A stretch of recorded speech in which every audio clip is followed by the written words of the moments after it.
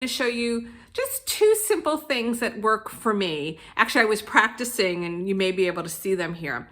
One of them is mixing my under eye concealer with my eye serum, and the other is how I apply my sunblock. So let's do the under eye concealer first.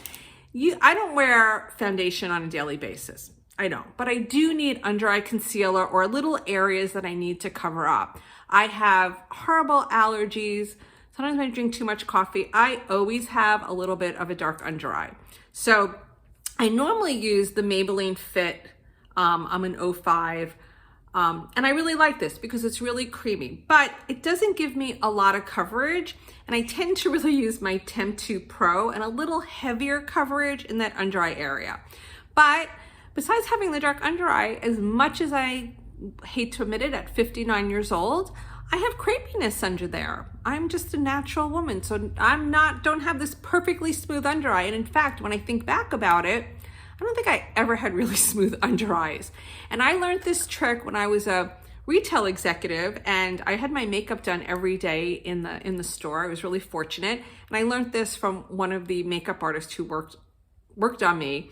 And also I have really dry skin. And he would always say, this is how you get it to go well. So, as you know, I use on a daily basis my Victoria Deanne Pepti Eye Serum, or I use my Neogenesis Eye Serum. This one is peptide based, this one's stem cell based, and I rotate them around. Don't ask me why, that's just what I do. But they don't mix well in their gel base with makeup. So the days that I'm wearing makeup or I have to add concealer and I really don't want my concealer to be caking in there, I use my Glymed Anti-Wrinkle Eye Cream. I have also tried this with the Mario Badescu Hyaluronic Acid Serum Eye Cream. It worked well as also, but this is great because this has peptides in it and it really makes sure that my under eye concealer doesn't get cakey. So let me show you how I do it. I have mixed it actually with this Maybelline one, but this one's so creamy it kind of separated it. And like I said, that one is kind of light. So I just need a little bit. Use the back of my hand as my palette, almost the same amount as if I'm going to apply it. And then I'm going to use a brush only because I don't like to stick my hands in things, and I usually use this darker shadow, and I pick up some of the under eye concealer. And this Temp 2 under eye concealer it's almost like the one that's the MAC in the pot. So it's a bit on the thicker side, and I just mix it. Now I tend not to apply with the brush, but I will just for this. I always put right there because we have a shadow there, and then I kind of blop it around. And I have always a red upper eyelid. It's not showing up so much here on the camera right now, but I tend to either use my beauty blender or my fingers, and you could feel the difference. If I were to put this on straight out, it is now nice and creamy. And that is what I do for my concealer. And like I said, a lot of times I just use my finger, I can use my brush, and I always put it in there because it's dark in there. And the whole thing is to create an illusion of where the light reflects. That's actually how concealers always work. And I just pat it all in. And that seems to stop that caking and creasing. If you have, you're gonna have to try whatever you're using at home on your under eye serum, but they tend to work better when you have those creamier bases and you don't need a lot. It's just a little bit. And it really, I found on us older women with dry skin, it really helps to get that under eye concealer on. And you know what? Then it's like a 2-for-1, right? You're getting like, You're getting like your serum with your makeup at the same time. So that's one of my little tips. Like I said, a lot of things that work for me may not work for you. So a little bit trial and error. And it took me a little time to figure out how much under eye cream was the ratio, okay? The next thing is I get asked all the time is, Amy, how do you apply your SPF with your makeup brush? And this is also something that I fell into. I don't remember where I picked it up on, and it doesn't work with every brush, nor does it work with every formulation. So I have this old MAC one, I think it's a 187. It's one of these that have these microfiber tips. So this particular brush I have is just dedicated for sunblock. and I clean it about once a week. Like I said, I very rarely wear foundation. People always say, isn't my sunblock in my foundation enough? And generally, it's really not. So I live in sunny South Florida, and if you want to preserve your elastin and your collagen, you need to wear your sunblock. It's really important. So if I'm wearing a full face of makeup and people say, well, how do you apply it? I use a spray sunblock if I'm wearing makeup. And I usually always keep a spray sunblock on me because I'm in and out in the Florida sun, and I need to always be having that sunblock put on because sunblock only lasts for so long. It wears down.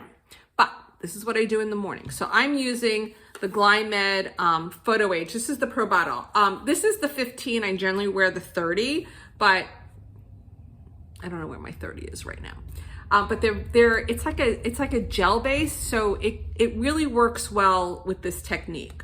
So I pump it out and I basically swirl my brush in it, and I just swirl it onto my face. And this one and don't forget your ears.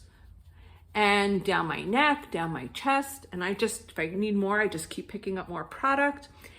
And if I am going to wear makeup, I will let this set, and then I will apply my makeup on top of it.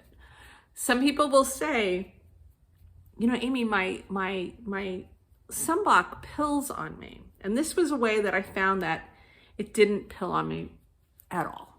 And then I get my good base on it, and I'm good to go.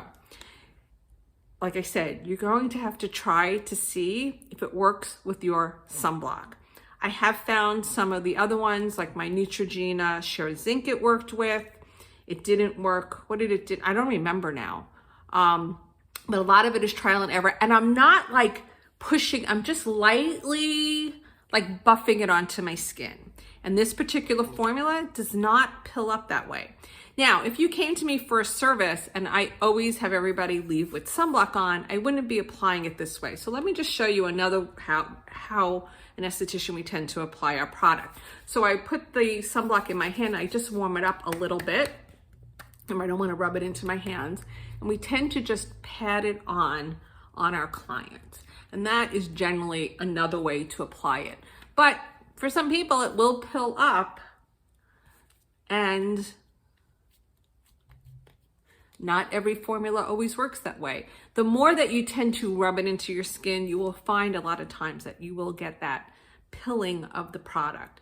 So it is trial and error with your products when it comes to sunblock. So people always ask me, which is the best sunblock?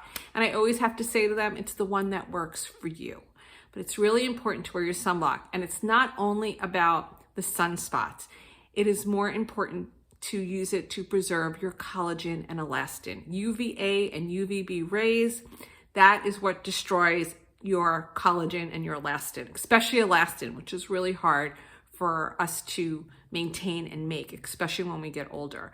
So nobody ever talks about elastin. Elastin is what gives skin that snap and that shape, and that's really what we want to preserve.